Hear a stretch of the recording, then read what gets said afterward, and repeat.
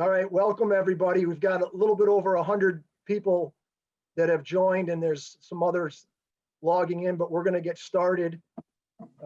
This is the first of what I hope will be a few events like this where we show some historical Trinity football games there during the winter months to try to keep ourselves occupied during these crazy times. I want to say a special thanks to Cassie and Shannon from the development office for doing a lot of work behind the scenes to get this program started, and for Jason Jones and IT for joining us and fixing our technological problems. Joining me tonight are legendary football coach Don Miller and the quarterback of this team, James Lane, who is a Connecticut legend himself, from originally from Ansonia and then had a great career here at Trinity. Like I said, we're going to try to do this with games from some different eras throughout the winter, but the reason we chose the 91 Trinity Williams game to start off was because of the historical rivalry that we have here with the Eefman. And for those of us who played in the late 80s and early 90s, this game held some special meanings. And I want to talk a little bit about the history that led up to this 91 game. So there was a 5-year span between 88 and 93 where every Trinity Williams game was decided in the last 2 minutes, and every game was decided by a touchdown or less. This 91 game was actually the first loss that Williams suffered since that 1988 loss to Trinity and ended their 23-game win streak. After this game, Williams went on another little streak until Trinity beat them in 93, which was Coach Miller's undefeated season. And then Williams went on another 23-game win streak, which was ended by Trinity in 1996. For those of us who were around in the early 2000s, Williams had some really strong teams, and that was when Chuck Priori was our head coach here at Trinity, and we went on a winning streak that started with a win against Williams and ended with a loss against Williams in the 2006 season, 31 straight. So for a 15-year period there, it was quite a contest. And in this particular game, James and Coach Miller are going to spend a lot of time talking about it as well. It was called the game of the decade by Sports Illustrated. There were 3 touchdowns scored in the last 51 seconds. And our goal here today is to watch some of the film and talk with Coach Miller about some of his philosophies, and talk with James about the offensive side of the ball, because quarterbacks called their own plays back under Coach Miller's system. And I had the fortune to be playing on the defensive side of the ball, so I'll cover some of the defensive stuff. For any of you who want to stay after the event, our IT department will turn it back into a regular old Zoom, and we can have an open discussion. But this is set up as a webinar, so I'm actually talking to you and I can't see any of your faces or hear any of you. So we're going to see how this works out here. Opening kickoff here with Greg Broderick kicking off, and some good coverage down the field. But one of the things that you notice when you watch this film is the physicality of the football back then. A lot of 21 personnel on offense, a lot of 9-man boxes on defense. And, you know, I'd kind of forgotten how dominant the defense was back then. And it's pretty special, the senior group. As we watch this first play, there are 9 seniors starting on this defense for Trinity. And there are 4 other seniors that come off the sidelines and play some. So, you know, up front from the seniors, you got Mike McHugh and Brian Chisholm on the edge. And then we had some big guys inside with Dave Golas and John Nyland and Nick Sims and John Romeo, Sean Cafferty and Chuck Bradley here at the linebacker position, Rick Ducey and Jeff Luzzy at the corner position, and John Dauphin was a great free safety, number 48. We'll see a lot in this game tonight. So pretty exciting for me that I got to be on the field as a junior, along with Jason Massey and Saul Snowwise, the only non-seniors on the field here for this group. This is the first play of the game here. Williams actually got a little bit of an opening drive going against us here.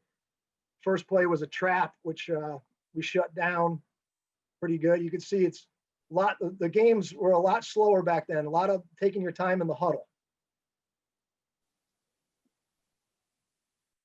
And Williams had a big tight end trade operation going here. They're going to hit us on a little trap up the middle for a first down here.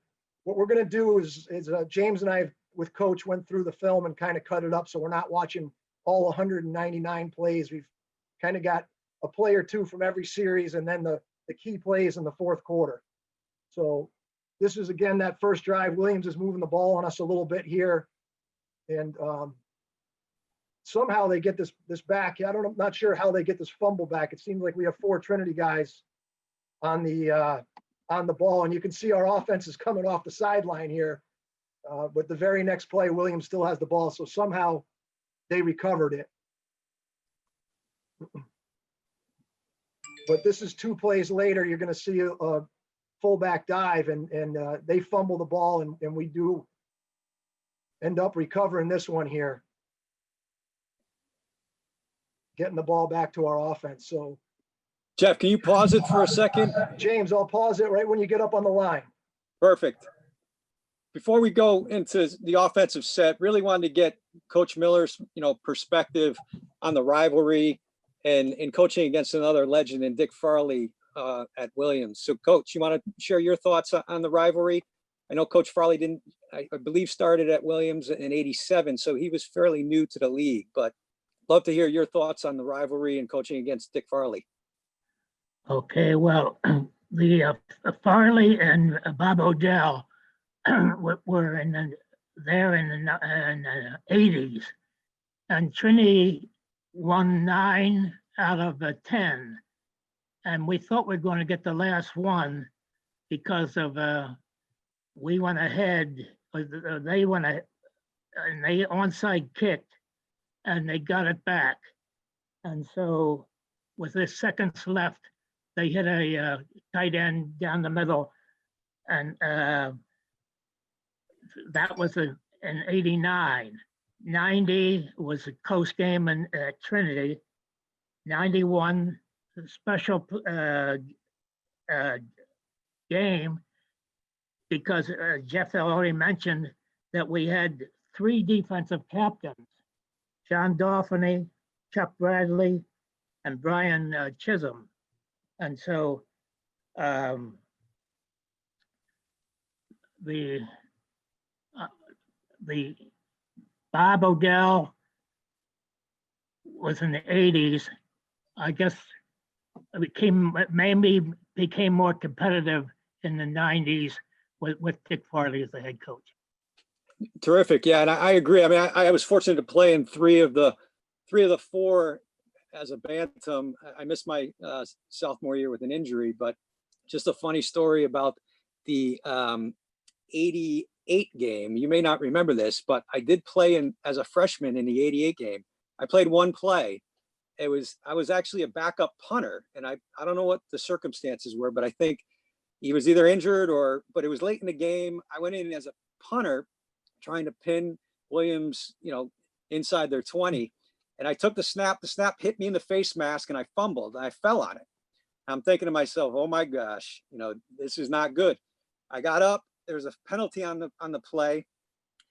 They were offsides, and you then proceeded to take the punting team off the field, and we went for it on 4th down. I think it was about 4th and 1, and we got the 4th and 1.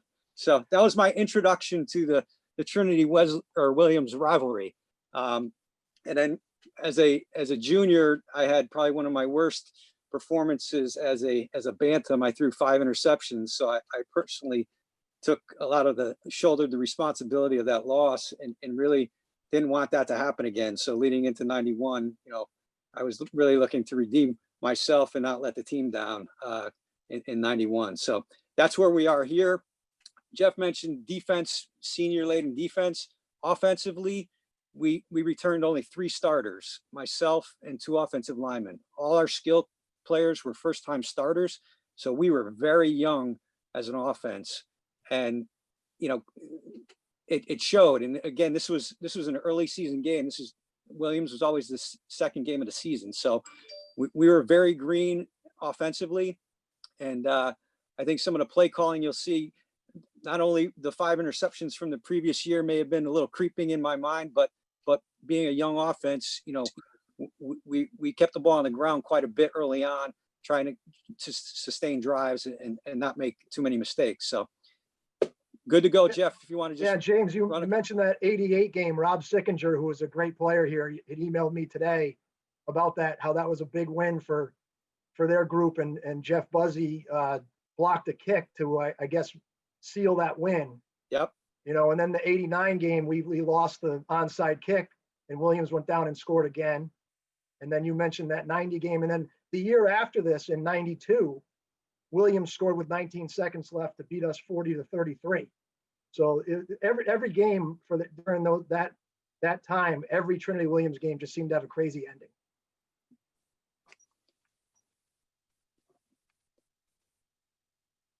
So I think the first play here is really just a toss to Julian Craig on the outside. You know, Julian Craig was our fullback. Mike Wallace, John Mulaney were our wingbacks. Mike Girardi was our split end. Eric Mudry was our tight end. And our offensive line, which I believe affectionately called themselves the Ranch Hogs, because the ranch was the end zone, and we were always trying to get to the ranch. So when we got in the huddle, it was always to the ranch. And that was Adam Laputte, Mike Sullivan, Mike Cataldo, Bill LaPlante, and James O'Brien. Here we have a nice run, I believe, by Mike Wallace. And it may have been his first introduction with Bodie Amos. Yeah. And there's Bodie. Yeah. You may hear Bodie called a few times. Bodie was a very aggressive, hard-hitting safety for Williams. You know, respected, you know, the hell out of that kid. He was an aggressive hard hitter. And later in the game, I'll show you something. Mike Wallace was much tougher than I was, because he took a couple of hits like that, and Bodie could have laid one on me and I wasn't going to get up. But he opted to take the pitch man. Yeah, so Bodie's one of the few opponents I remember. Here, I think this was the only time, you know, we took a sack during the game, really ended this drive, and we ended up punting. Yeah, so Tommy Petrisco, I believe, was our punter this year. And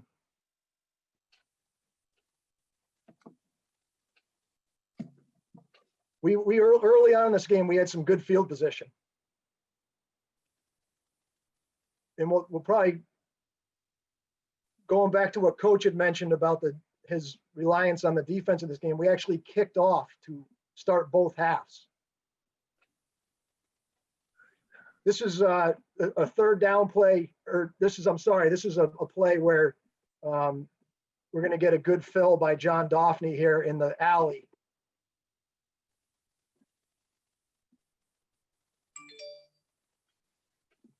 If I can get the film to cooperate. Here we go.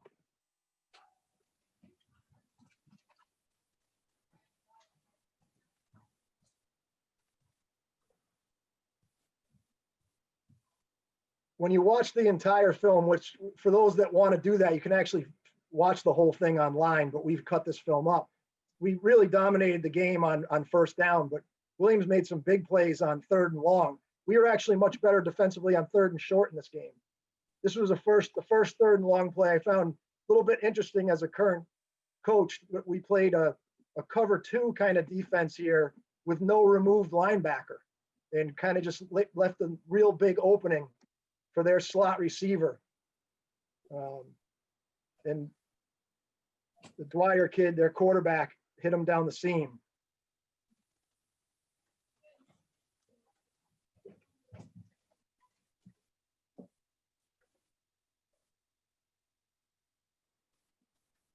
This was a big play here, third and short, and Jason Massey, the Mike linebacker, and John Daphne kind of combined on the option weak. This happened at least 3 times in this game where John Daphne made a big play on the option weak play. All right, so we're back on offense now. Or I think we're going back on offense here. Yeah, I'm trying to get it, the film to there we go, James. And I believe this was one of the first touchdown drives for us. So on this play, it's a quick, I believe. Yeah, this was the third down one that you hit Giardi in the boundary here. Right.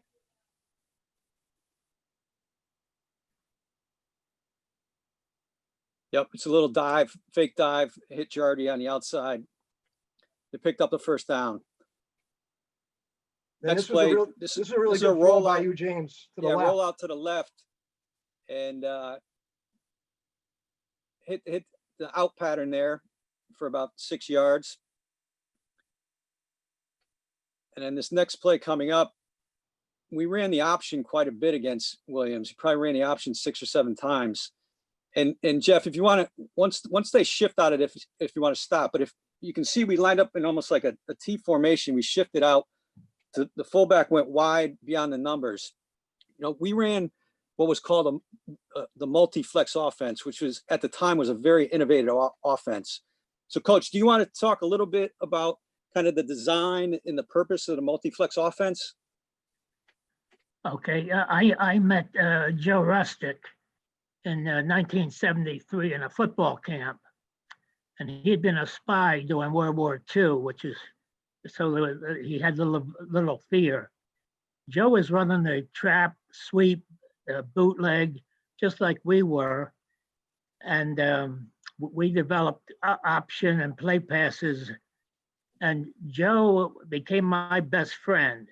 He and I traveled together, and we talked football continually. And he convinced me that the Delaware system, the numbering was not flexible enough. And so what we did, we kept his formations, and we kept the 2-digit numbering. And because we're having trouble with a double wing at one time. And so Joe has had a tremendous influence on me and on our football team. Yeah, and again, it was a great offense to run as a quarterback. It was very balanced, and as you can see in this game, you know, we had 4 different players score our touchdowns. So everyone was involved offensively. Very, very difficult to defend as a defense. So thanks for stopping the film there, Jeff. Sure. Again, this was one of those times. We ran this several times to see how they would adjust to the shift, and you see here we ran the option. And I took it up the field probably for about 6-7 yards there. And I thought one of the interesting things in watching this game is, like you just showed Coach and James, that shift, and they were staying 2 high safeties, which left you some good running lanes. And on our side of the ball, we stayed a lot of 1 high, a lot of 9-man front, and we're so physical up front. We kind of won the running game battle. And I believe this play here was a dig to Girardi over the middle, and they were playing a lot of cover 2 quarters, which left the middle pretty open. And you'll see we completed probably 5 or 6 passes over the middle throughout the course of the game. 2 critical ones in the last drive. Now again, I'm going to ask you to stop here, Jeff, and we're going to ask Coach another question, because I don't know if you noticed, but Tommy McDavitt, who was a freshman wide receiver, came in. This is a 4th down play. And as Jeff indicated earlier on, quarterbacks called their own plays at Trinity, which was fairly unique. And I think this was one of the only times, because it was such a critical 4th down play, that Coach called the play from the sideline and sent it in with Tom McDavitt. So, Coach, again, can you talk a little bit about your philosophy with entrusting the quarterbacks to call their own plays? Okay, it all started with my experience at the University of Delaware. I started there for 4 years as a quarterback, and in those days, how long ago it was, they were not allowed to send plays from the sideline. They could not help you at all. And Dave Nelson was the head of the rules committee, and who was our head coach. And so I had to learn how to call the plays. And then after that, we went to Newark High School. I taught the quarterbacks there, at Amherst, and at Trinity. And I always felt that it gave the quarterback the authority to make the play and who would be open. I know I experienced that a lot at Delaware, where I went to certain ends and certain people that I knew would be open, and so that's why I let the quarterbacks call their own plays. We did spend a lot of time on Monday, Tuesday, Wednesday nights, and then on Friday we would test the quarterbacks before they went out. So I was at both places. They had type of kids that could handle the offense, and I think our quarterbacks benefited and our team benefited by it. Yeah, no, it was exciting to be able to call my own plays, and I know all the quarterbacks in the room. We did spend a lot of extra time with Coach Miller, and he prepared us throughout the week. Game plans change weekly depending on our opponent, and learned a tremendous amount. Because Coach had like I said, a pretty innovative and it was I consider him an offensive genius. So it was a pleasure to learn under Coach Miller and in the multiflex offense. So I think this ended up being a pretty simple play, a quarterback sneak to get the first down. Yeah, we've got 2 4th down conversions in a row here, James. Yep, that was the first one, and now this play is going to be a fake to the left, and we're going to hit Eric Mudry on an out. And again, this was another 4th down play in this drive. So we converted 2 4th downs in this drive, which ended up in a touchdown. And they had this covered pretty well. So Mud made a nice catch there. Now this is going to be basically what we used to call just a split end get open. So Mike Giardi's wide to the left. I'll sprint out to the left. And the split end has the option to run a comeback, run a curl, run an in, and he ended up running a comeback, but that defensive back is bailing, so it was pretty easy to convert. Yeah, it's funny as a defensive backs coach. When I watched that film, the first thing I was like, who's coaching that guy backing up like that? But I actually watched some other film from the early 90s in the past couple of weeks, and I saw a lot of that. So I don't know that the technique was coached as much as it is now. So this is right after our opening score to give us the lead here. Williams tries a little bit of a bootleg here on 1st down. We almost intercepted here in the back end. Gets tipped around a little bit. And then 2 plays later, we're now in the 2nd quarter. Again, I had mentioned before, we were much better in this game on 3rd and 2 on defense than we were on 3rd and 9 plus. This is another 3rd and 9 play where their receiver is going to come down the seam here and kind of get between me and Doff and make a nice play between the 2 of us for a 1st down.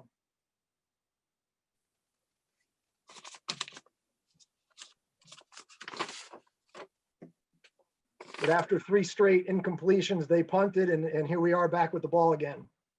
And the field position switched a little bit here. We're inside our 20. First play, we had a nice run by Mike Wallace. He made some players miss. Offensive line created nice holes. Offensive line had a great day. We really got some good chunk yardage on a lot of our running plays. We drove the ball quite a bit. And I don't know what the time of possession was, but I think we held the ball quite a bit. Second play was a Julian Craig run. And I think this time he was the one that was introduced to Bodie. Oh yeah, this is good contact here. You can see Bodie knocks Julian backwards a little bit there, but they again, both Julian, kind of go another sideways. tough runner. Yeah, but you can see the way he just pursues the ball. Yeah, we used to call it, if you got hit like that, you got bodied. Just like you got mossed, huh? You got bodied. That's right. Right now we have a big pass completion down the seam. We rolled a little bit to the right and then come back and hit the seam on the left. And I think this was John Mulaney, I believe, or I don't know if it was John Mulaney or Wally. I think it's Mulaney. I think you got Mulaney on this one. Yep. Yeah, that's Mulaney. Yep. So we roll a little bit right, set up, and then you can see him in the seam there and hit him in the seam. Now I'm going to roll left. And what I want you to see here, again, I'm going to give a shout out to my good friend, Eric Mudry, fellow Valley player from Naugatuck. Watch how, Jeff, if you can kind of circle where Mud is, and see how he sets the edge. He blocked that defensive end so well, we almost got a penalty for blocking downfield.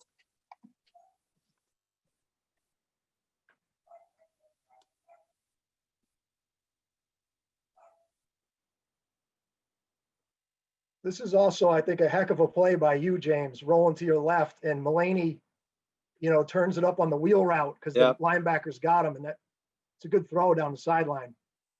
But I was clean. There's nobody near me. I mean, that was a great job, but again, by the offensive line and Mud to set the edge there to let me get outside. We then had 2 incomplete passes. This one right here, I think I kept this one in here, James, because this is the throw to Wallace, I think. So later on, the big touchdown to Mike, the camera doesn't catch it. Right. But this was the same play. This was the same play, yes. Yeah. So you guys, everyone was watching the film is going to see one of the biggest plays in the game, and the picture that ended up in Sports Illustrated was a touchdown that JL threw to Mike down the sideline, kind of in the same part of the field, but the camera doesn't catch it. So yeah, Mudry runs an out, and Mike runs up like a fade up the sideline. Yeah. And it was almost very similar. I mean, he jumped for it. The safety came over, tipped it, and Mike then tipped it to himself when he caught the touchdown, which was we won't see, but you get the gist now. So this is after we miss a field goal there, so we're still up 7-0. This is a 3rd down play, a little bit more foreshadowing, kind of like that Wallace play. We played this coverage, I think, 4 or 5 times, and we got beat a number of times on it. But on a 3rd and long, we played 2-man under. So you're going to see Jeff Owens, our nickel, and our corners. They're all going to jump underneath coverage with 2 deep safeties. And it was a pretty typical coverage to use back in those days. But Williams beat us on it pretty good a number of times. It's good pressure there too. I don't know who that was. Yeah, let's see who got off the edge here. I think it was inside. They came off. It might have been off the guard. I think it's Dave Golas, I think. Is that Dave? I can't see the number, but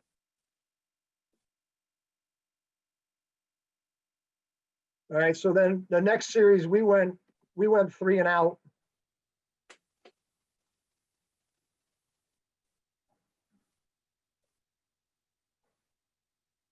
And so they've got the ball back again here.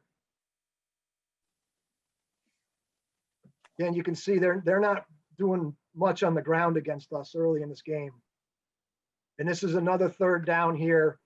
Again, with the 3rd down, we go back into that nickel. There's with the 2 underneath coverage. So we're going to play underneath coverage here with the 2 deep safeties. And our linebacker, Jason Massey's covering the back, but they pick him. And this turns into a big play on 3rd down for Williams.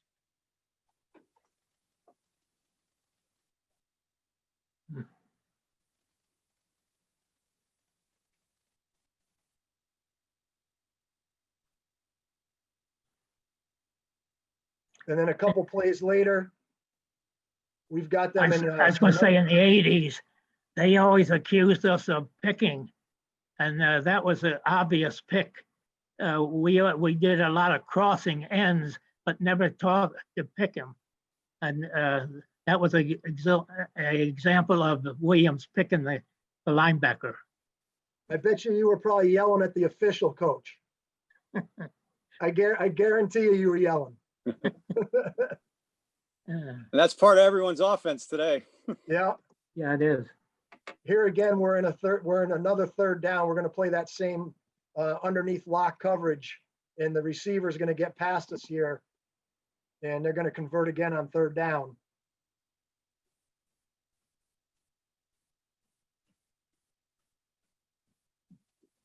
And that leads to their first touchdown, which ties the game up. And this is just a classic Williams, Dick Farley play. You're going to see the quarterback roll out and a little tight end throwback. They ran this play for years.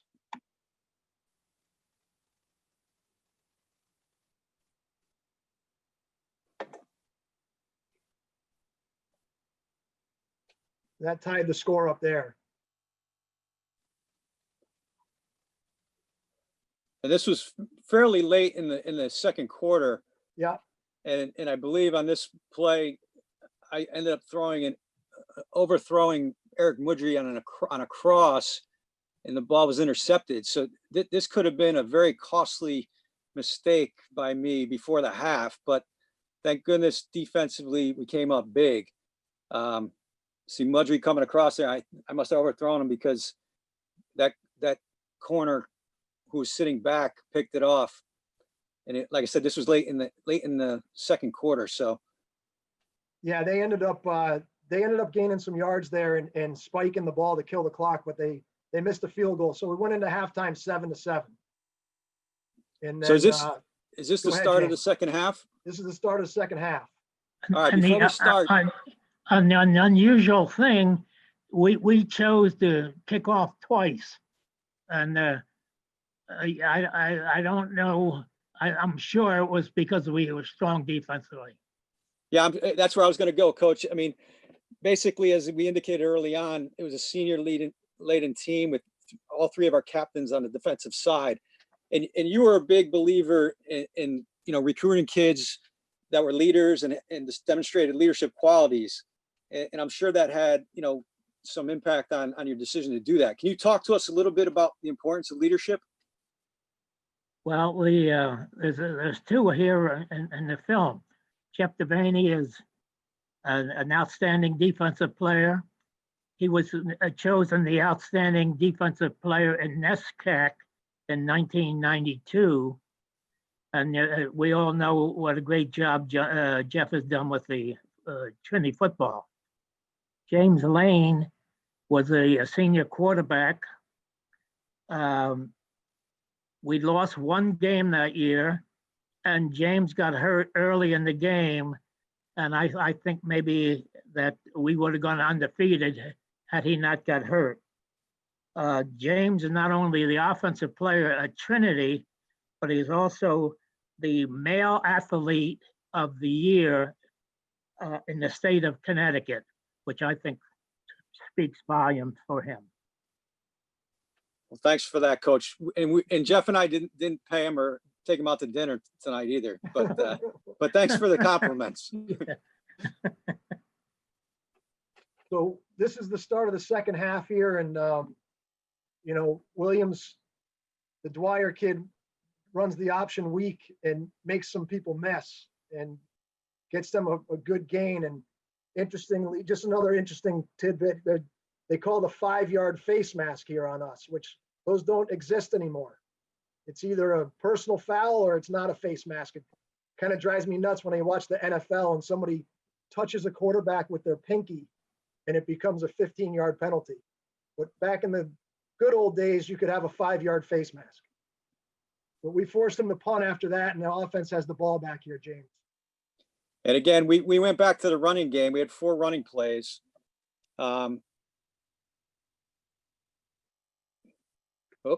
Yeah, here you go. And this was our traditional, I believe, ace set. This must have been, Yeah, was that the third? Yeah, we had 4 running plays to start this Okay, drive. And then, yeah, that was that a third down completion. That was a third down completion to Eric Mudry again, coming across on the out. Yeah. Great catch, as you can see, dove for the ball.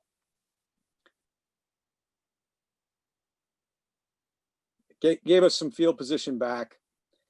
Here, I think we tried what's called a tunnel screen. So again, Tommy McDavitt came in, who was a freshman. He's the split end here to the numbers, and we tried to run a tunnel screen, which they had covered pretty well. Yeah, and this was a third down play, so this forced us to punt on this incompletion. The linebacker makes a good read on this and just jumps it. Yep.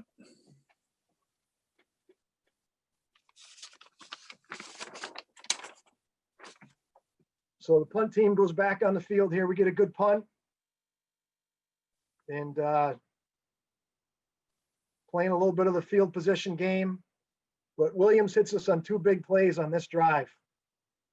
So this first one here, I believe this is a third down.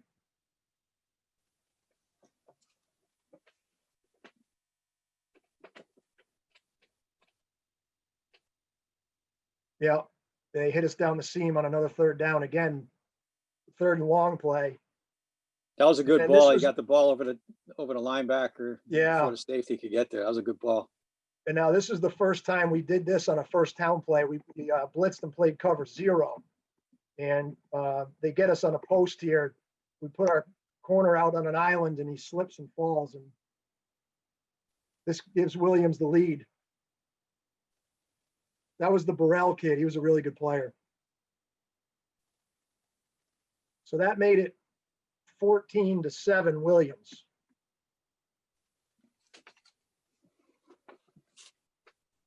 So again, we got the ball back. We had several running plays. Then we tried to hitch and go. And then again, we ran the dig. As you can see, the middle again, pretty wide open. Their middle linebacker goes back on that far hash. Mike Jardy sits in the hole, and again, the middle wide open and very successful for us, throughout the day. Again, I think this is another Mike Wallace run. I'm not going to mention who made the tackle. I don't want to keep mentioning him. But again, he was a great player for Williams.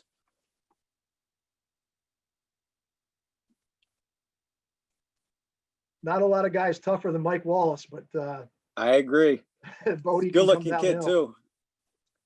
So we get down in the red zone here and end up getting a field goal to make it 14-10. Right, Teddy O'Connor, I believe, right? Yeah, I think it was Teddy O'Connor. I think it may have hit the upright too and bounced in. Yeah, it hits the So right again, upright. another fortunate bounce for us. Yeah. Because you can see the Williams sideline thinking that he missed it. Yeah, it's funny because even the kid that's this close to the upright thinks it's no good. But I think it hit the upright and bounced straight down, but it was beyond the crossbars, which is all that counts. So the scoreboard doesn't show it, but now it's 14-10. And we got another third and 8+ here that we're going to give up a first down on. James and I were talking about this as we watched the game. It was just kind of interesting because there's a lot of just running the ball into 8- and 9-man fronts and then almost like not throwing until you have to, which is so different than what you see in today's football.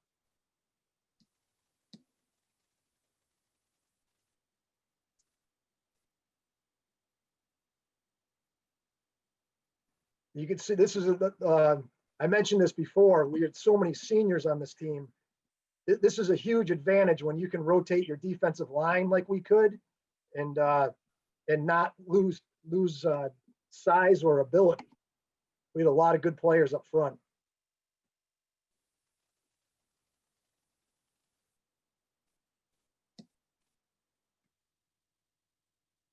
Let me see. We're in the fourth quarter now. Just trying to get the film to not skip on me.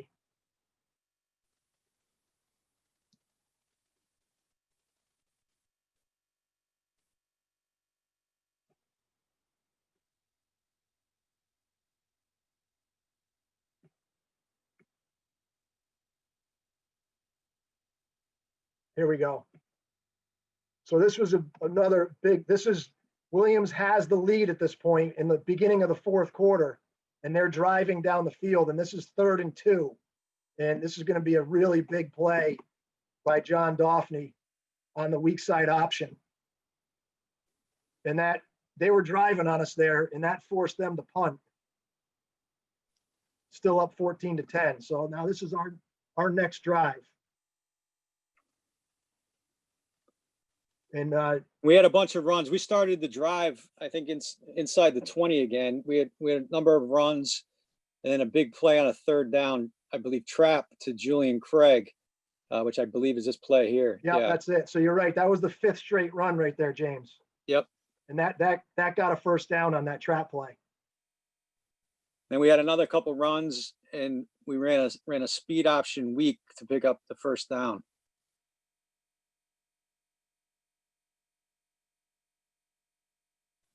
Again, Julian, Again, nice gain. Julian was actually injured on that play. I don't know if you see, he got flipped and landed on his head.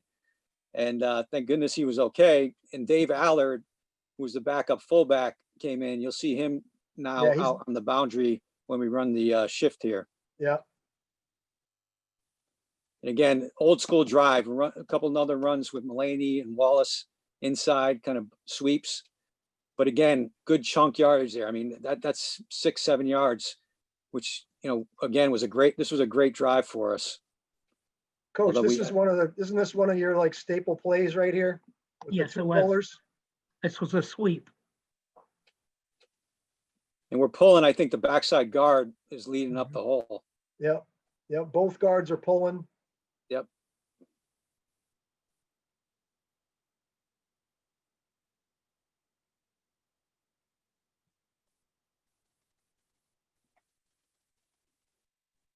Now this is the touchdown. So if you can run this one back. Yeah. Show this is kind of fake dive option, but show Bodie. Bodie basically comes and goes directly to the pitch man. He runs right across my face. If he hit me, this is the one I was saying, I probably wasn't getting up, but he had no interest in me, thinking I was going to make the pitch all along, and went directly for the pitch man. Yeah, here it goes.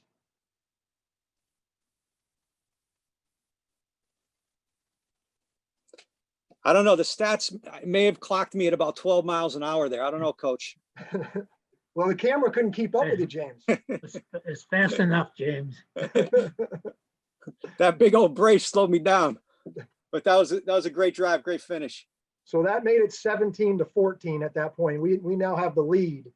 But Williams is going to quickly go right down the field on us. They ran four run plays, and then they kind of found something here with this. This is something that they had not run through the first 3 quarters, but in the 4th quarter, they started running power at the tight end side.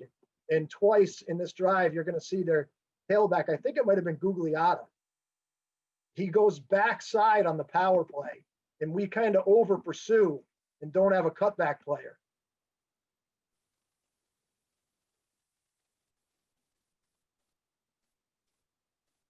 I just got to get the film. There we go. So you'll see this power play happen twice on this drive. And we kind of over pursue and don't have anybody on the backside. You can see us, we're playing that 9-man front with Devanney as the Rob player. And like I said, that was an adjustment for them. They hadn't run that play earlier, but they get us twice on this drive with that play. This is the same exact, this is a couple plays later, but it's the same concept and the same result where the kid cuts it back behind the defense and gets down inside the 10-yard line.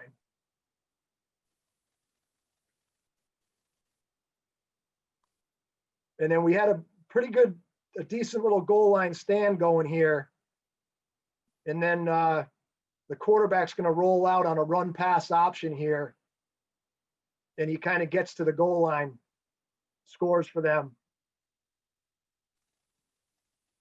You can see that this is for really good crowd back then, and Trinity traveled well too. We had to play at Williams both because of the way the NESCAC changed their schedule. We had to play at Williams in 91 and 92, and it was awesome back then how a lot of the students would drive up to Williamstown and create a huge crowd there. So they missed the extra point, which was actually big because we could have kicked the field goal. Yeah, makes it 20-14. We started on the 20. We had a couple runs, and then we hit Girardi on another dig route across the middle. See, that time he cleared both linebackers there and found the hole. Really good protection too, because that took a while. On the far side hash. Yeah. But again, great protection. I was clean in the pocket, was able to step up. So kudos to the offensive line. Again, as I mentioned, they had a great day. And we had a quick toss to get out of bounds to stop the clock. Yeah, so this one, the camera doesn't catch it because we got on the ball real fast and just tossed it to Julian, I believe, and he got out of bounds. But the film misses the beginning of the play because we got on the ball real quick. So now the clock is stopped. And I think we run a deep out to Eric Mudry again, into the boundary again. We ran a lot into the boundary in this drive. Yep. Yep. Good play there. And again, he got out of bounds. Yep, 17 yards to stop the clock. Now here's the famous play that we're not going to be able to see the ending, and it was a fantastic catch by Mike Wallace. But the picture is captured in Sports Illustrated, so Mike is forever in Sports Illustrated, and I know a number of us have that picture hanging in our offices with the article. Yeah, but again, this was funny you say that, James. That picture is hanging in my office here in Trinity football. So again, into the boundary. It may have been the same play. Eric runs. Oh, I'm sorry. That must have been. That was a quick trap. Yep. This is the play here. This is the play. Yeah. So you can see. I don't know if you can go back to that, but you can see where Mike is just starting to clear that half field safety. When I'm at what he's about on the 25 there. Yeah. So he's just clearing that half field safety. Supposedly Bodie tipped it, and then he tipped it to himself and caught it on his back in the end zone. Yeah. Unfortunately, the camera doesn't catch it. Right. So what the camera misses here, and part of the story is we all ran on the field. Yeah. So, and it's kind of funny to go back and look at pictures, because there's a bunch of Trinity football guys in the field without their helmets on, which you can't in this day and age. You're not allowed in the field without your helmet on. But there's just there's Trinity fans, there's players all in the field. So we got called for an unsportsmanlike penalty there, and we have to kick off from the 20-yard line. And I forgot how much time was left here. Was it around 48? So that was 51 seconds 51. when Mike scored. Yeah. So that was one of the cool parts of the story here, is there's 3 touchdowns scored in the last 51 seconds. So we kick off from the 20 and unfortunately give them really good field position.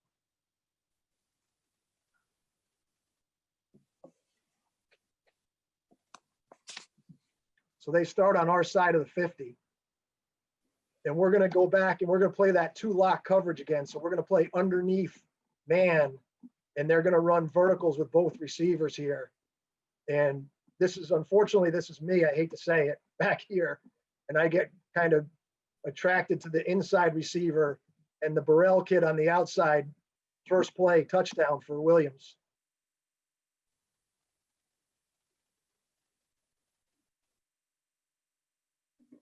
You know, and fortunately for us, though, he scored there and didn't get tackled on one, because we still had 47 seconds left.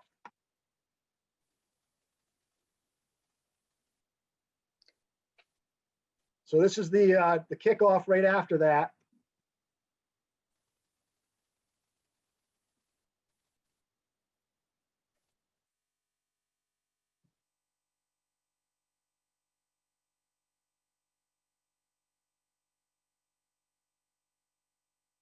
And that's actually me with the ball. And I try to pitch it to Sean Kirby, who was a freshman running back at the time, who ended up being NESCAC Player of the Year a couple of years later, a real good player. I think if I had made a good pitch, Kirby would have gone a good distance down the sideline. Unfortunately, I put the ball on the ground, and he had to go back and pick it up. And we're losing a little bit of time here, because that took another, 5-6 seconds off the clock. But I believe it made it more dramatic, James. Exactly. I think we had 2 timeouts left, and we tried to call in our 2-minute offense. We tried to call 2 plays in the huddle, so we get right back on the ball and run the play. And again, you'll see here, the first 2 plays were digs to Girardi. I mentioned early on that we ran that dig. The middle of the field was typically wide open. They were preventing, the sidelines didn't want us to get out of bounds, stop the clock.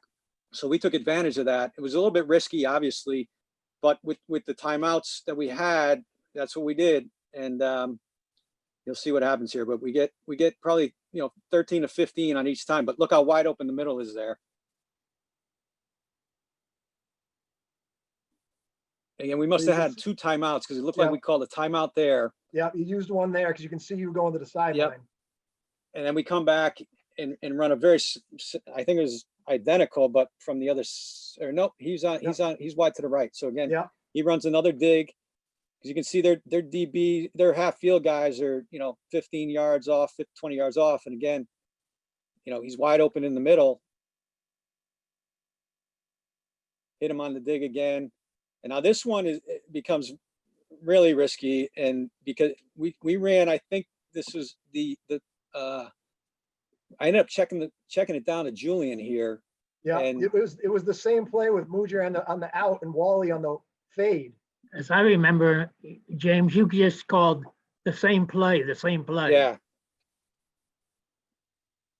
But this was very interesting because you checked it down to Julian, who then makes a couple good moves and gets down inside the 5-yard line, right?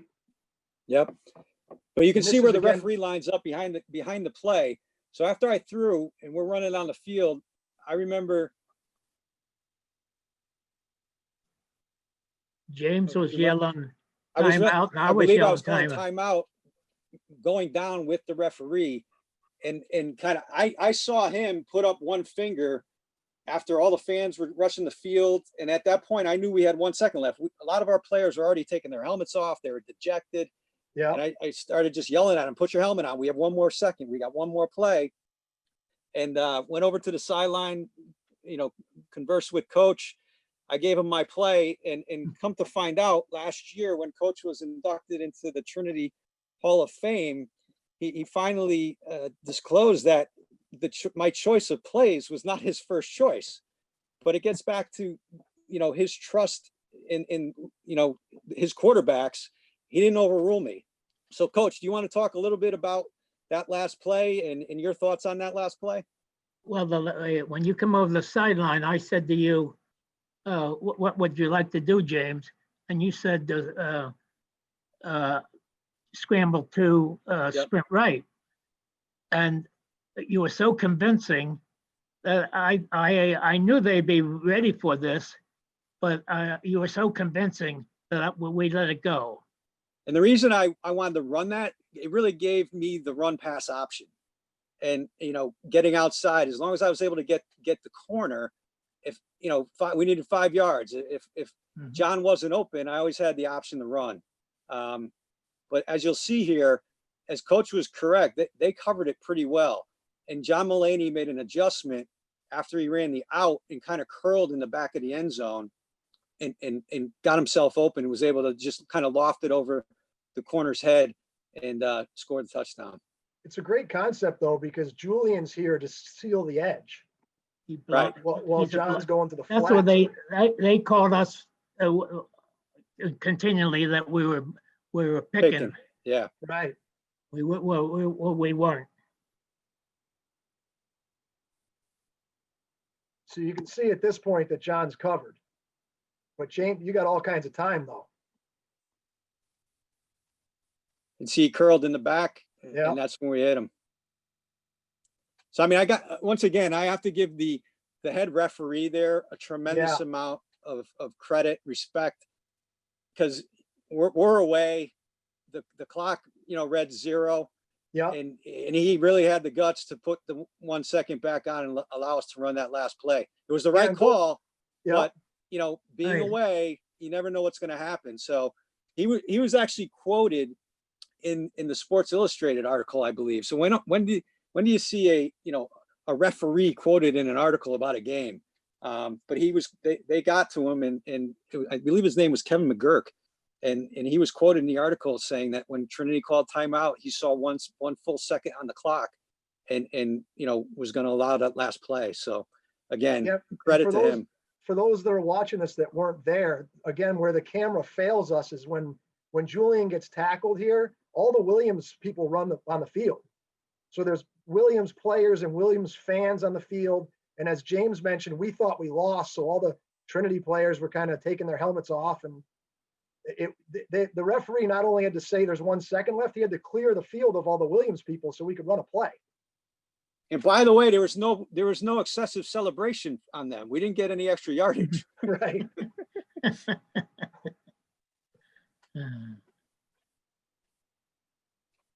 But again, there's some great articles out there from some pretty, well-respected columnists that wrote about the game that if you want to go look, I think that as in my research again, preparing for this, Owen Canfield from the Hartford Courant, Mike Madden from the Boston Globe wrote some very nice articles about the game and how terrific the ending was, and just really, Division III sports and how terrific it was to watch and experience. We also ended up, I believe, on CBS Sports at the halftime of the Cotton Bowl for one of the greatest, college finishes of the year. It was certainly exciting to be a part of. And, one of the alums had sent me an email asking me how playing in that game impacted me as a coach. And I'll say that the way it impacted me is I didn't play my best football in the 2 Williams games that I had the chance to play in. I was injured as a sophomore. And so this game was my first Williams game. And then my senior year was the one that we lost 40-33. And I didn't play my best because I got too excited to play in the game. And so as a coach, I try to emphasize to our players to take every game the same, to prepare every week the same, and try to get yourself to have the same emotions every Saturday, whether you're playing a winless Bowdoin team or a good Amherst team or a good Williams team. Just try to prepare yourself and get your emotions to be the same on every Saturday. So Jeff, I don't know if we can take questions or if there are any questions out there Well, we can. So James, I think what's going to happen now is for anyone, and this was awesome. I was so excited to see so many different people from different eras of Trinity football participate in this event. And what is going to happen now is anyone who stays on the call, our IT people are going to turn it into a regular Zoom call instead of it being a webinar. So if anyone stays on the call, you're going to be added to the screen, and we'll all be able to see each other, and we'll all be able to have a regular conversation. So for those that want to do that, I'll stay here all night if you want to. For those that are going to log off now, thanks so much for participating. And as I mentioned before, we're looking to do this with some games from some other eras. I think our next game is going to be the 1978 Trinity Wesleyan game. And we have Rick Hazelton, Michael Foy, and Chuck Tiernan signed up to narrate that game. So very excited about that. And then we might try to do a more recent game as well, sometime after the first of the year. But if anybody who wants to stay on and have a conversation and ask questions, just don't log off, and our IT people will add you to a Zoom call. Does anybody have any questions for any of us? I actually have one, Jeff. Go ahead, Clay. Clay Seeger, class of 96. Good to see you, Clay. Good to see you. James actually coached me as a freshman receiver. I don't know, James. Yep. And Coach, great to see you. I've seen the highlight of John Mulaney running that out on the last play and then curling up in the back of the end zone. I've always wondered, did you guys practice that? Like, was that a condition thing where if he knew he was covered, he was going to curl back, and James, you were going to, throw that? Had you practiced that type of play before? I don't know if we necessarily practice it, but I think that's the natural reaction for the receiver to again, if you keep running, you're going to run into the sideline. So the natural play was to curl into the back of the end zone. So I don't know if we necessarily practice it, but I think that's just the natural reaction of the receiver to make that play. And John, I think John was signed up. I don't know if he's still on the call or not. But he was on there. It's interesting you guys talk about that, because I was watching the 92 Trinity Middlebury game today, and we ran that same play a couple times. And the slot, every time the slot got near the sideline, he turned it up. So yeah, it must have been something we did in practice. I had a question for James, the quarterback, George, class of 79. What happened in the huddle? Did other players ever suggest plays? Oh, I can beat this kid deep, or, Well, yeah, you always had your receivers that wanted the ball and, told you I'm always open and run the comeback or, run the dig. So, yeah, you always had, guys that were in your ear saying that they were open and making suggestions. But as quarterbacks, I think most of us. Mike Deutsch. Hey, where's Terry Mack? Yeah, Terry Mack was always I open. never spoke. It was true with Deutsch, yeah. Yeah. Never spoke. George, that's a great question because it's kind of an interesting dynamic to be, the quarterback at Trinity and all your peers you're supposedly all Yeah. buddies, but everybody wants the ball. And I used to hit on that hard at the team meeting, not to do that, not to suggest plays, but I guess they overran me. Yeah, and I see Todd's on the call and Dan's on the call. So Yeah. I see some other really good, obviously Trinity's had some great quarterbacks. Yeah, over so the years. Terry McNamara used to have my jersey, that had his hand on my jersey from the second I stepped into the huddle. He was tugging on it. He didn't even have to speak. He didn't speak. He just tugged. He wasn't slipping any 20s in your pocket, though. That's for sure. What's up, Dave? What's up, I can Hal? see how you had, I can What see how up, you had guys? success. I think you held each other accountable, like you're very accountable, humble. I know Jeff a little bit and James I never met before, but you're saying, oh, I muffed the punt and I threw 5 interceptions. You're giving credit to the offensive line. I think you're humble and you hold yourself accountable and others, and you can't measure your heart. So I feel like the whole team, you led them, like that. I was amazed at how you roll to your left and can throw, being a right-handed thrower. Yeah. I thought, Yeah, I that thought was James amazing. Those were tough throws. For those of you guys that don't know George is a legend at Trinity in the sport of hockey. He's in the Trinity Hall of Fame. It is. So I love football, though. I wish I don't know how played he some ended more up on this football. I don't know how he ended up on this football call. Oh, I love football. It's the same concept, that's what I'm saying. The same, just like they teach, they taught me at Trinity, the Trinity method, never give up, never give in. Look at that, 51 seconds left. Never give up, never give in. Believe with God's help, you'll prevail in the end. And you did. And Jeff, you've carried it right over to the, to the varsity to this day with the amazing, the streaks you've been on and the success you've shown. So congratulations to everybody on this call. You're all amazing. Yeah, I wanted just to say thank you as well. I'm John Miller, class of 71, so we go way back. For Coach Miller, I will always appreciate the life lesson that you've given to me, which really was wrapped up in that little phrase. I heard it 100 times as an offensive guard. Attention to detail, attention to detail. And that applies to just about everything in my life. And I'm just very, very grateful. Always great to see you. And Coach Devanney, just to say, thank you for tonight. And James, thank you for tonight as well. There's a guy from Williams whose name was Catanella, Brian Catanella.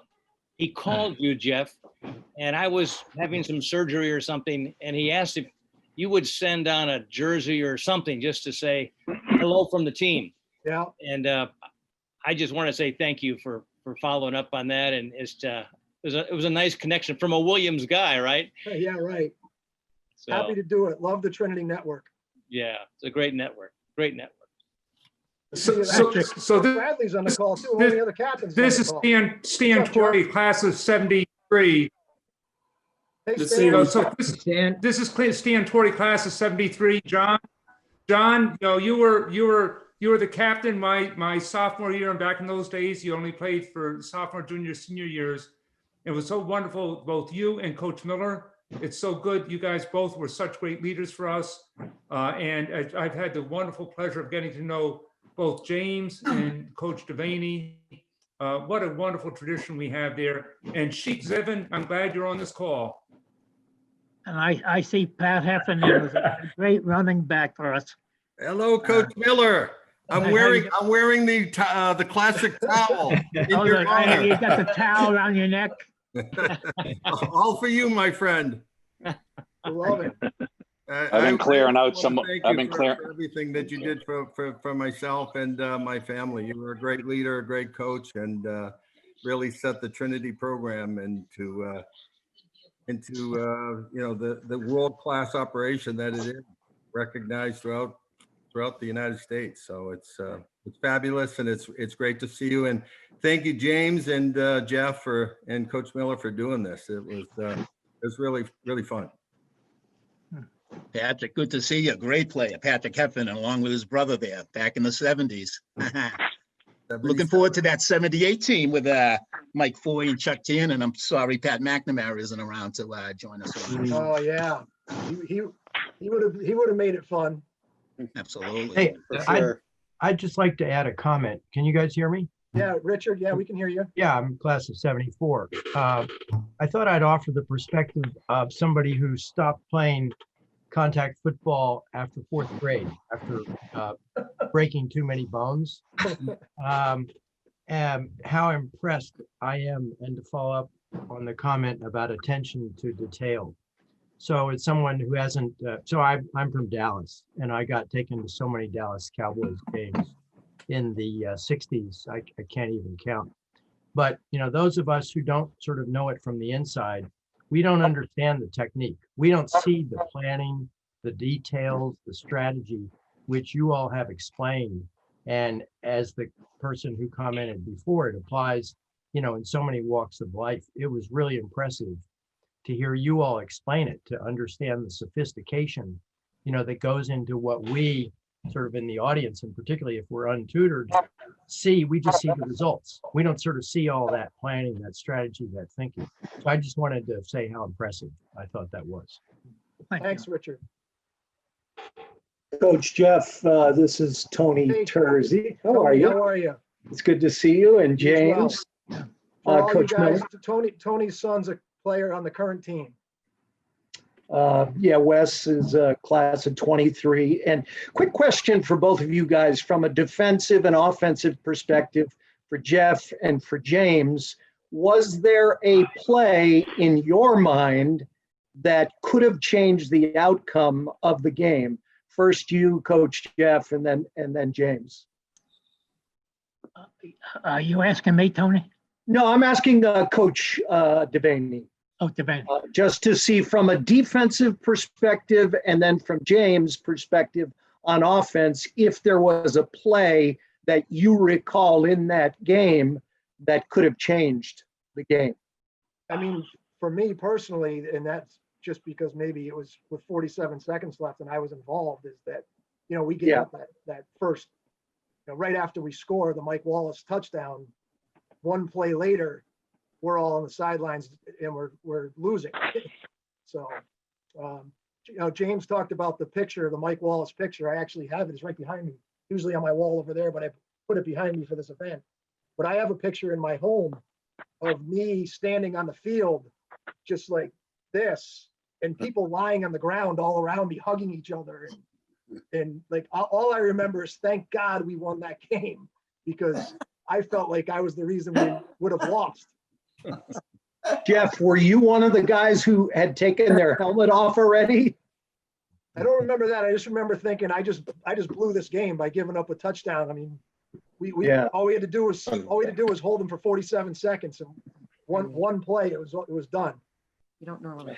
Jeff, I was the corner on that play as well, so yeah. I felt the same way. And I remember sitting on the bench late in the game with my hands on my head, praying to James, JL, to make it happen. And when it happened, I at that time I felt he was my God. It was to the ranch. Think about it, for me, from my perspective too. Like, I had all John Daphne, Luzzy, Ducey, Dave Devlin, Tad Hazelton. These were all defensive backs that were all seniors. I was the only defensive back in my class, and those guys looked out for me and took care of me. And I felt like I just let them all down. So I was just. Well, you talked about the dig, but I'd studied that summer on the Williams coverages, and we were calling double drag out. So My coach. it was a drag out or a drag in, and that was a play that continually hurt them. Yep. Yeah, we hit Mudry on a number of the drag outs and Girardi on the drag ins. I think, Tony, to your question, I think I mentioned the interception right before the half. I think if the defense didn't stand up there, again, I mentioned 5 interceptions the year before, being a young offense. I think if they had scored there, I don't know what that would have done to my confidence personally coming out in the second half, being down after throwing an interception. So again, defensively, they stepped up huge there, and not allowing points, I think really, stabilized my confidence going into the second half. So I think that was huge. I just think I think it's amazing that Coach Miller had the confidence in you. I don't know if that was typical for your time when you played back in the early 90s for the coaches to allow their quarterback to call the offense. I think that's so cool. Yeah. There were not many of us in the country when that. And again, it was another class. I mean, Todd and Danny and the rest, Joe Shield, I think maybe on the call. We all spent tremendous amount of time in the film room with Coach Monday, Tuesday, Wednesday, Thursday, when everyone else was going out, starting to have a few cocktails. After we had dinner, we'd be heading back down for 2 hours of film time with Coach. And we used to joke, but I mean, there were times where we'd watch the same play 35 times. He'd just keep rewind. Coach would just keep hitting that rewind, and we count how many times. What are we going to get up to? And Dan Ty used to sit in with Joe Shield, and then when he was a senior, he had a terrific game, a terrific season, because he was really on top of the plays, and the things that we had decided to do were much different. And I always remember Dan Ty as a quarterback. Well, thanks for saying that, Coach. I'll never forget those meetings. It was better than any class I had at Trinity, and I had some great classes at Trinity as well. You're full of it. This is Todd. Let me just add 101 or something. Yeah, let me add to that, because I mean it went beyond just, like as James said and Danny said, the game day prep, the game week prep. I took that off the field and into when I got to be coaching afterward.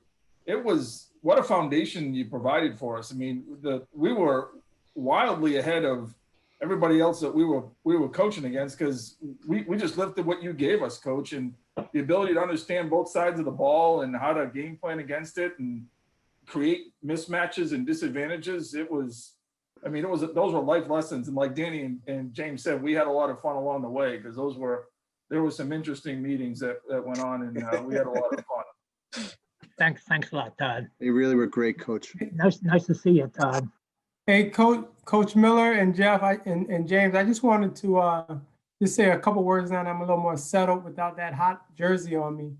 And like you all been talking about all of those guys on the defensive end, I'm sitting here looking at Chuck, Nicholas, Jeff Luzzy's name. Although you guys, I always think about that game, and it always like baffles me, because it's like, man, the offense got all of the play on that. Like the offense just looks so great coming down the end. But I can definitely tell you that from my perspective, anyway, from the defensive players, being a part of such a rich history, playing under Coach Miller and Coach Decker at the time, that was an incredible part of my life. I have my 3 sons and my wife in here. I married a person from Trinity, a lady from Trinity as well. And so like that was huge time. And even though we don't get back as often, or at least I don't get back as often, I think about my days at Trinity.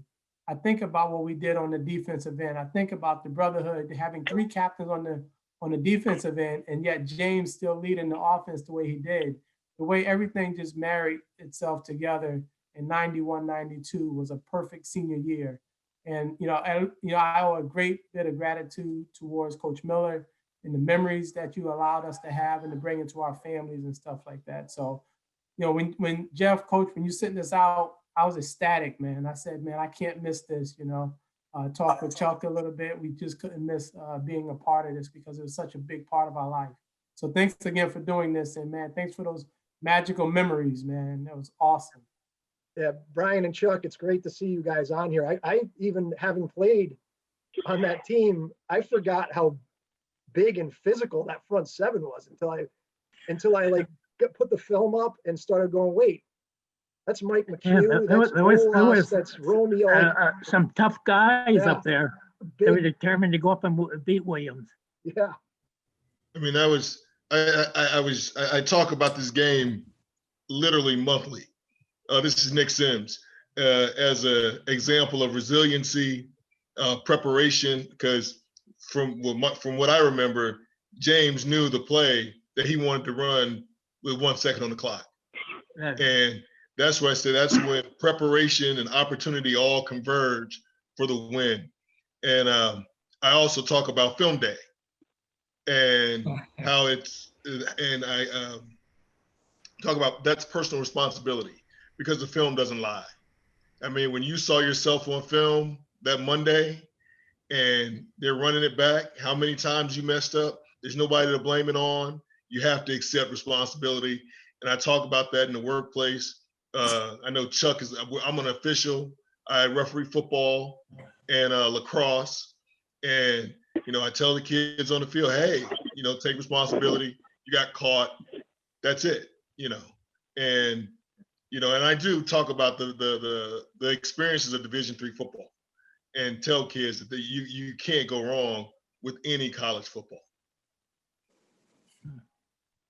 And if I can jump in, I loved when Jim, and good to see you all of you guys, mentioned the referee who had the courage to signal that 1 second. As a referee myself, you take the work seriously, and it's the love of the game, the integrity of the game that brings you out there for just the love of the sportsmanship and the development of men. I remember Coach Miller, when he recruited me from West Haven High in Connecticut, he talked about those developing men and the conversation that he had with my mom during the recruitment process. She still talks about that as well. So absolutely, my mom does too. The Trinity family for being a part of it, and thank Coach Miller and the rest of the staff that have had a tremendous impact on my life. So when Chiz reached out to me to share the link, I was like, well, Jeff, why don't you send it directly to me? But I got it, and I'm here. You gotta give me your email address. Well said, Chuck, and so true.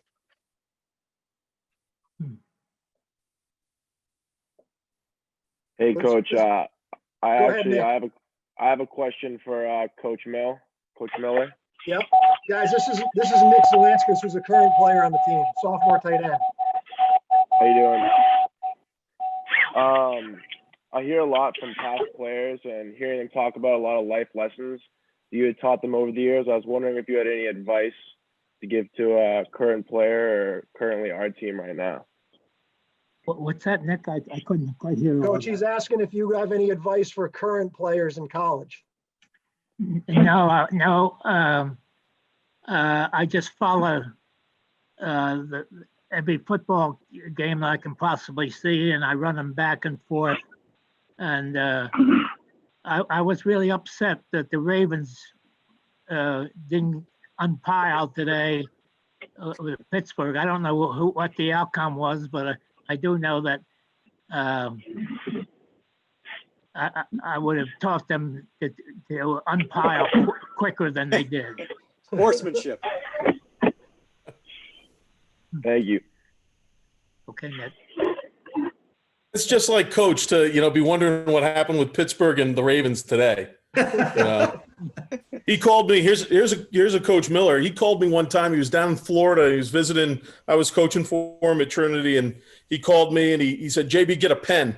And he said, "All right, write this down." He said, "Ace right wide, two mo," and he had me draw up the whole blocking scheme. He said, "What does that look like to you?" And I said, "Coach, that's bump screen." He said, "Exactly." He goes, "Ron Zook, they think they invented it here at Florida. We've been running that since the 70s.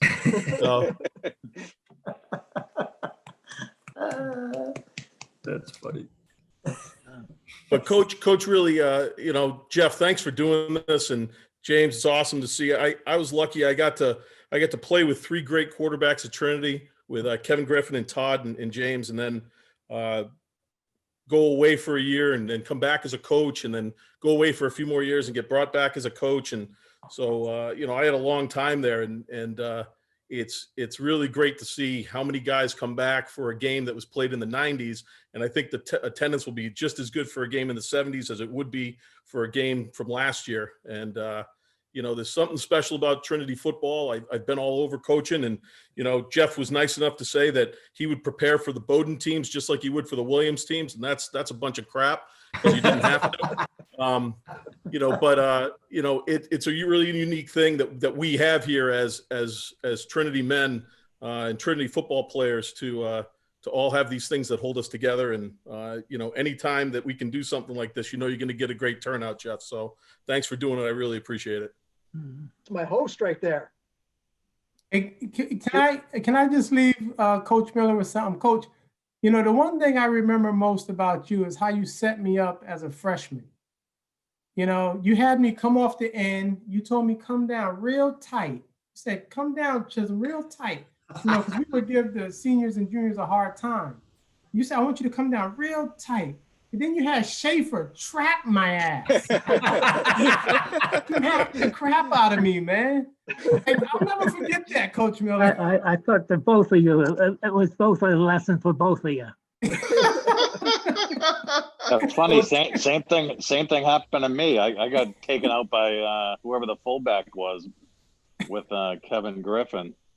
I think I was going up against like starting tight end and the starting fullback, and I got to, you know, push the guy down and got a kick out block and messed up my knee my whole freshman year. Coach was good at that when we did 7-on-7 as well. So, you know, yeah. Kevin, listen, jump the tight end on this play. Jump the tight end on this play. Hey, real quick question for you, Jeff. I see the archive website you got there. Where's all the rest of the 70 millimeter film? So we have all of the Trinity film is in the Watkinson library, and some of it has been digitized, which is why you can see it online, but most of it has not. And obviously it's a kind of a lengthy process to do it, so they don't want to just do all the games. So one of the things, like I said, we're going to try to do this winter is, like right now we're going to do the 78 Trinity Wesleyan game. Somebody has asked that we do Dan Jesse's last game. So we're looking into digitizing that film. We're going to do a film from the Chuck Priori. I see Matt Glass on the screen here. So we're going to do a game from that 31 game win streak. And then we want to do a game for some of the younger alums too. So we might do like the 2012 Trinity Amherst game, like the Ray Haynes pick 6 game or something like that. So we're going to try to pick a game from different eras and basically do the same thing we're doing tonight. So if any of you guys have suggestions about what could make this better, please just shoot me an email, because this was kind of an experiment. Hey, Coach, what do you think the odds of getting Coach Priori to join for one of the early 2000s game films? Yeah, I could probably get him to do that. We talk all the time, except he was supposed to come to the golf outing last year and never showed up either. Yeah, I think that would be a big draw, I know, from the guys from our era. So yeah, I would assume I could get him on a Zoom call. I can't get him to the golf outing. Yeah, I'll pick him up. He's right down the street. I'll go get him. All right. Hey, Jeff, I got a question for you. Yeah. Hey, so what's going on, obviously, with the whole COVID situation, and a lot of, many states have been not playing football or playing shortened schedules for their, senior seasons here. What are you seeing in terms of the recruiting capabilities or the limitations? And, you guys using a lot more video and private workout videos, that type of stuff. Can you give a little insight? Yeah, it's a great question. There? It's a great question. And we're just like everyone else around the country, we're making choices and offering kids with way less information than we normally would have. And so I think there's going to be way more recruiting mistakes by everyone across the country in this year than ever before. And I'll give you an example. Is we have 2 quarterbacks committed to us right now who we think are really good. One of them is actually the kid who was the top kid on our board, who we thought was too good. We didn't think we'd ever get him. And I'm excited that we got these 2 kids, but nobody on my staff has ever seen them throw live. And we have never taken a quarterback in the last 15 years that we have not seen throw live. So we've taken these kids because we really like their junior film, and we know their high school coaches and they speak highly of them. You know, they've all put together their own throwing workouts, but I don't personally love the sideline video of the dad shooting his kid throwing the ball around, because you could just delete all the bad throws. But it's the other thing that I think is the hardest thing, House, is that in a normal year, like last year, we covered 79 one-day camps during the summer as a staff. So like those 2 quarterbacks we took, we probably would have seen 5 to 7 times. So not only would we have been able to see them throw, we would have been able to watch them interact with their peers. Right. We would have been able to watch them take coaching. You know, we would have been able to watch them see if they wear their hat sideways while they're throwing the ball with the 3 wristbands and the 4 towels on, because I don't want to recruit a quarterback who dresses like that. And we're not being able to do that. So I think we're going to make character mistakes that we wouldn't typically make, because we're taking kids with way less information than we normally have. All right. This is wonderful. As an outsider, I'm probably one of the few outsiders who only got to enjoy Trinity as a coach and a semi-master's student who slept in the office and did his work the least amount possible to get a degree. I'm very impressed with everybody, and it's always been a pleasure to be an adopted member of the Trinity football family. Yeah, for those of you guys that don't know Jonesy, he was our D-line coach and strength coach for a few years here back in the day. Then he decided to go make more money than coaches make. You don't top the joy that happens on a football field, or as you were talking about in those pre and post practice meetings. Those are moments you can't top, no matter how many products you sell or how much money you make. It doesn't top those experiences on Chew Street. Well, it's good to see you, buddy. Same to you, and I'll be back for some more. I love hearing everybody, both the chalk talk, the insight on the game, as well as just the family banter that happens around Trinity, and it's great to see all the smiley faces out there. It's great. I love it. Does anybody have any more questions for us? I'm sure Coach Miller's about ready to go to bed, probably, right, Coach? I should say the same. It's about my bedtime too. But I'm happy to answer any more questions if you guys have them. Jeff, can you hear me? Who's that? It's Pete Ty. Hey, Pete Ty, what's up?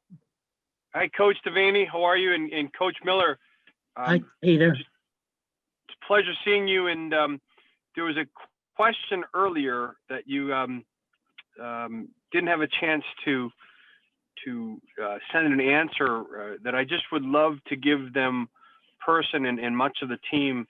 One thing you said to our teams when I was a freshman was 3 things about giving. And I'm going to be quiet, and you guys are the best. Anybody else got anything? Mike Wallace has been very quiet during this entire event. He probably doesn't know how to unmute himself. Everybody. Just enjoying the banter. Good seeing a lot of the good, the faces and all. Even though I see Leslie every so often. More so He got called out as being a tough kid, so now he doesn't want to talk to anybody. Yeah, I just want to say I'm gonna bounce, but thanks guys for everything. Really appreciate it. Coach Miller, great to see you. And Coach Devanney, you always follow the program, and good to see all you boys. Happy holidays, everybody. Good seeing your house. Take care, guys. Thank you very much. Guys. Thanks, Jeff. Thanks for letting us get in the Wayback Machine with you and Coach Miller. This was great. Good job, Coach Devanney. Thanks, guys. This was a great event. Thanks very much. Bye-bye. Thank you, guys. Good to see everybody. Thank you. Good to see you, George.